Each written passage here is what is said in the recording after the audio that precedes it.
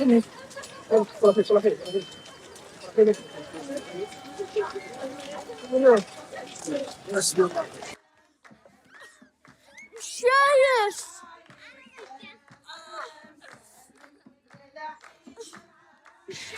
a great honor for me to be here with Darin Sallam, the director of Farha. It's a movie about a girl in Palestine before the Nakba. It's the second screening to take place in Cyprus. There was one screening that took place in Nicosia, and this is the second screening which is taking place in Larnaca. Welcome to Cyprus, and thank you very much for sitting down for this short interview with me. Thank you for having me, and it's a pleasure to be here and in the second screening because because I remember very well in the world premiere of Farha. It was in Toronto International Film Festival, and I remember one of the audience told me, "I'm from Cyprus, and this film made me cry." And I promised her that I hopefully will screen the film in Cyprus and I'll be with the people. So I'm glad to be here, and hopefully it will be a successful screening.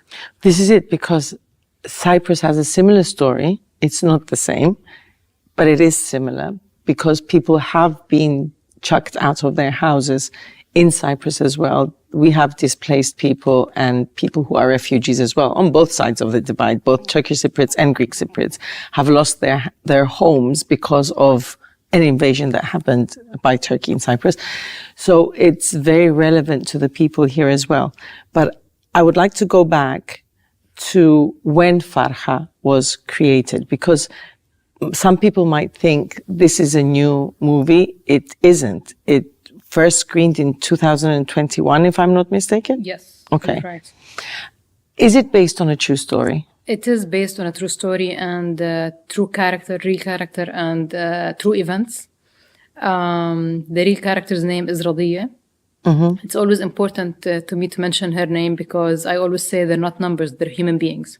And Radiyya is not a number, and Farha is only one of millions of Palestinians that suffered and are suffering still until today in Palestine.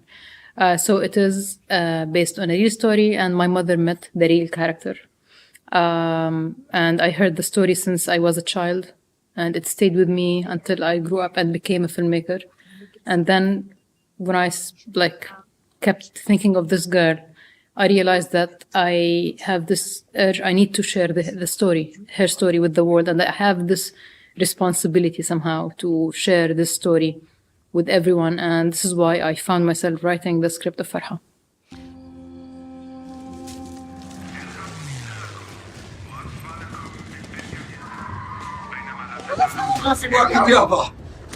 برجع يابا خليك جوا يابا لا تخافي.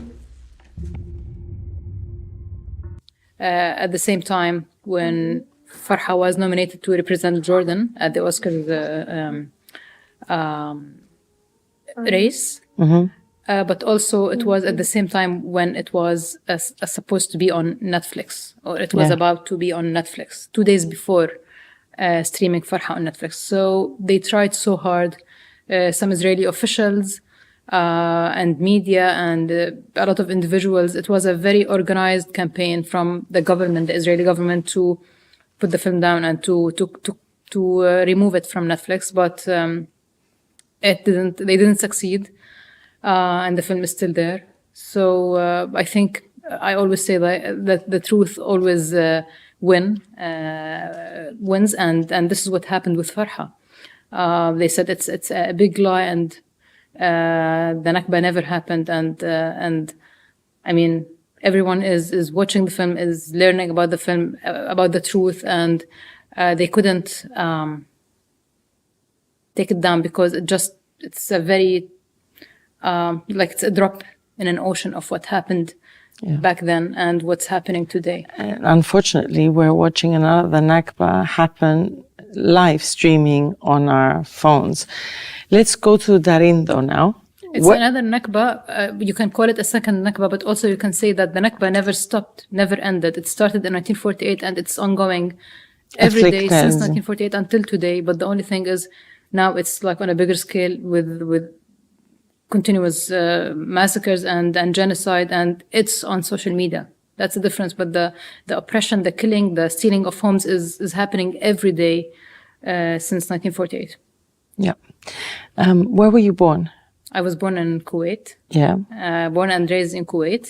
Were your parents or grandparents? I suppose they were Nakba survivors, yeah? My father is an Nakba survivor. Okay. And he left with my grandparents and my family in 1948 to Jordan. Mm-hmm. And from Jordan, when he was 16, 17, he moved to Kuwait to work, and I was born there. And then I came back to Jordan when I was also 16, 17, and I stayed there until today. And yeah, I mean, Jordan is also is home to me, because I always say a place where I can create and make films and create art is home.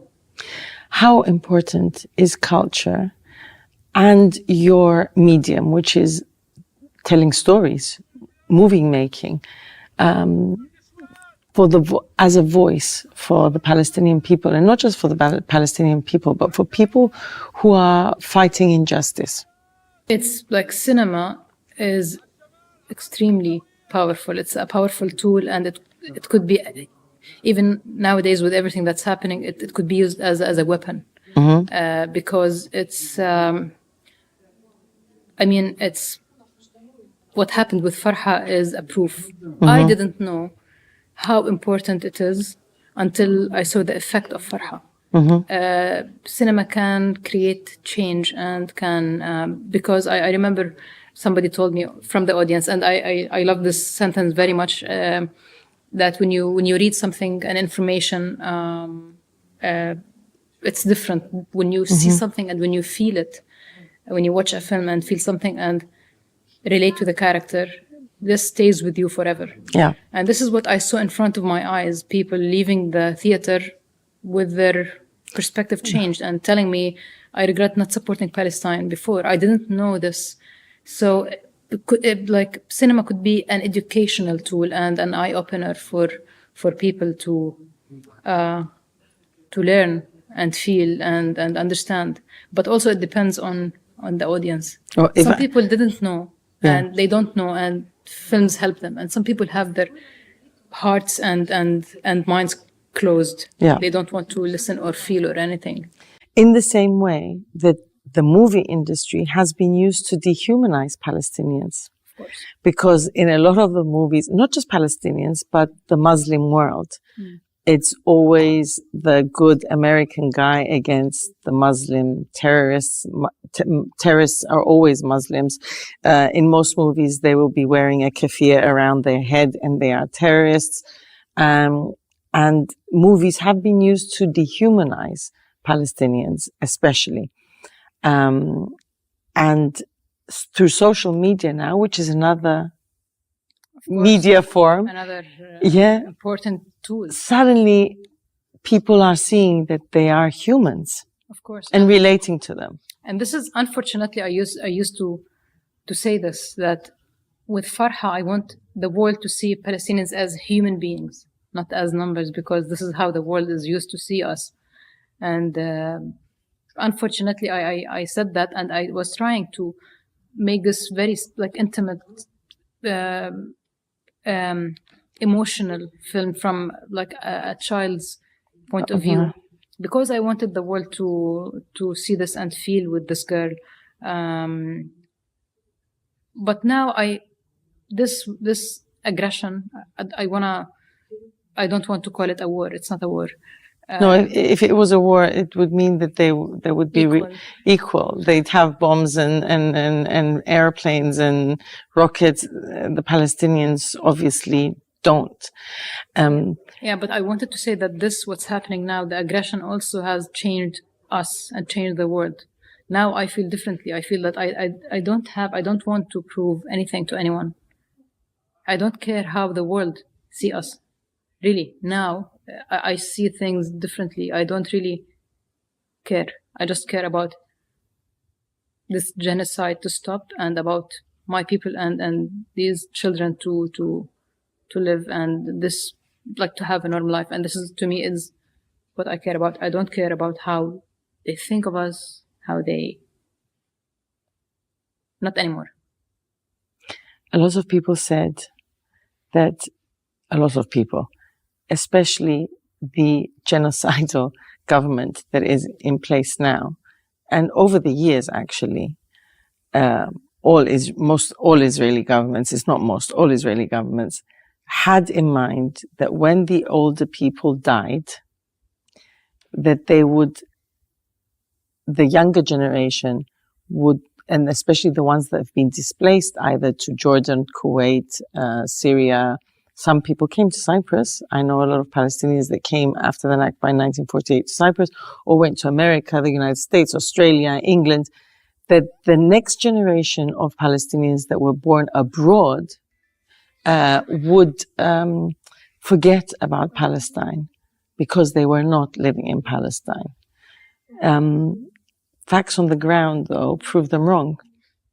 Actually, it's a quote, the old will die and the young will forget. Yeah. And actually, when I used to pitch Farha before shooting, I used to say, the old will die, but the young will remember, with a film like Farha. Because it was important to me it was two things I had in mind, actually. One of them is to show the West, the world, the truth that they don't know, and to tell the Nakba survivors, and my father is one of them, that we didn't forget about your pain, and we will never forget.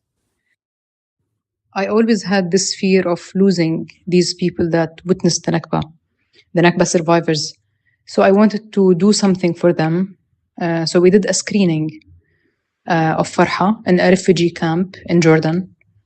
And the first thing I told them before we screened the film to these Nakba survivors is that I made this film for two reasons. The first one is to show the West the truth, the beginning of what we're witnessing today in Palestine, the start of the occupation and the ethnic cleansing and everything that you're seeing today. But the second reason is you, to tell you that we never forgot about you and about your pain. Many people told me, Darin, you're young, this will end your career. And I said, if I don't do this, it will be very easy for me in the future to compromise and to say, I have to stay loyal to this story and to this pain, or else I will lose respect for myself and I will be just a muppet. Yeah. So Farha has got, if I'm not mistaken, 3 awards and 6 nominations, or is it more? More. Okay, I stayed back. Yeah. How many awards and how many nominations? Actually, I can't remember. Yeah. How many awards? Yeah. They're like a good number. A good number of awards. So on an international level. I mean, it got a historic win for Jordan. It won the APSA Award, Best Youth Film, which is a historic win for Jordan and for me as a Jordanian filmmaker. It's considered as the Asian Oscar. So that was a great achievement for me and the whole team. There are other important awards, but I really I don't think I should mention. If I forget something, it will be yeah. And it was filmed in Jordan. It wasn't filmed in Palestine. It was filmed in Jordan. Jordan, the geography between Jordan and Palestine is very similar. Like in Cyprus. What is after Farha? Everyone is asking me this question. It's been stressful. So I was asked if I think of making Farha 2. And I found myself answering naturally that I would make this happen only if it's called Farha's Return. And I hope that it would be inspired by real events when Palestine is free and when the Palestinians are returning to Palestine. It's been 3 years. I mean, when did you film Farha in 2019. 2019. But then... so it was pre-COVID, and there was COVID in 2020. And exactly. So it was delayed because of COVID and everything was closed. But when I was able to travel, I traveled to Sweden for editing and then Lebanon for sound. But it took me some time. So it was out in 2021. It was on Netflix in 2022. But it kept touring festivals and having screenings around the world. And I felt somehow, especially after Gaza and what's happening now, not only Gaza, also the West Bank, I felt the responsibility because I was at some point taking a break. I wanted to work on my new film. Do you think it has more appeal now? Actually, people watch it more or are more willing because of what is happening in Gaza and the West Bank? No? Not really. Because I'm really grateful for this, actually, because since the film was out, it was like, it became very popular on Netflix and trendy. And then even in the US, which is amazing because they need to see this film. But also it kept touring. This never stopped. Alhamdulillah. I mean, I'm very grateful for this. But then after the events, we did for like maybe a month or two, free screenings around the world, for everyone. It was screened in like an outdoor, in the streets. Now, students in the US universities in the encampment, the ones encampments, they're screening the film as well in different universities. And so this never stopped. But after the events, usually a film take like a year or two maximum during festivals, and then it's like in a VOD platform. And when it's on Netflix or a VOD platform, it's there for a while. People are not interested to screen it again, in a big screen. But now they're screening it. Yes, it's happening. Okay. Because of like for educational reasons, again, to create awareness about the root cause of what's happening today. But also, I think people need to watch something about Palestine together in a collective way. Yeah. I have a last question. It's more personal. How easy is it? And that's a question that I would have to ask myself as well, but I'm not Palestinian. To go on with your life in another country when you know that your people are in Gaza, and especially in Gaza, but also in the West Bank, and suffering? That's the answer of this is it's why I'm in this place in my life right now, because to be honest, I've been feeling, I don't wanna,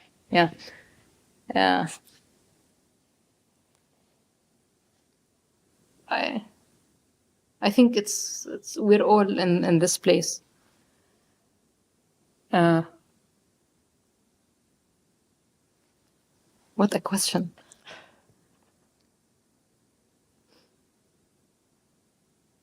I think we will never be back to normal, because their lives will not be back to normal. They will, like, after this stops, these people will never be okay. You know, I think I am officially in real bad depression. Mm-hmm. But I think it's the case for everyone else that I know, at least. This is why I can't write. I can't go back to like do the normal things that I usually do. I feel I have many emotions and feelings. I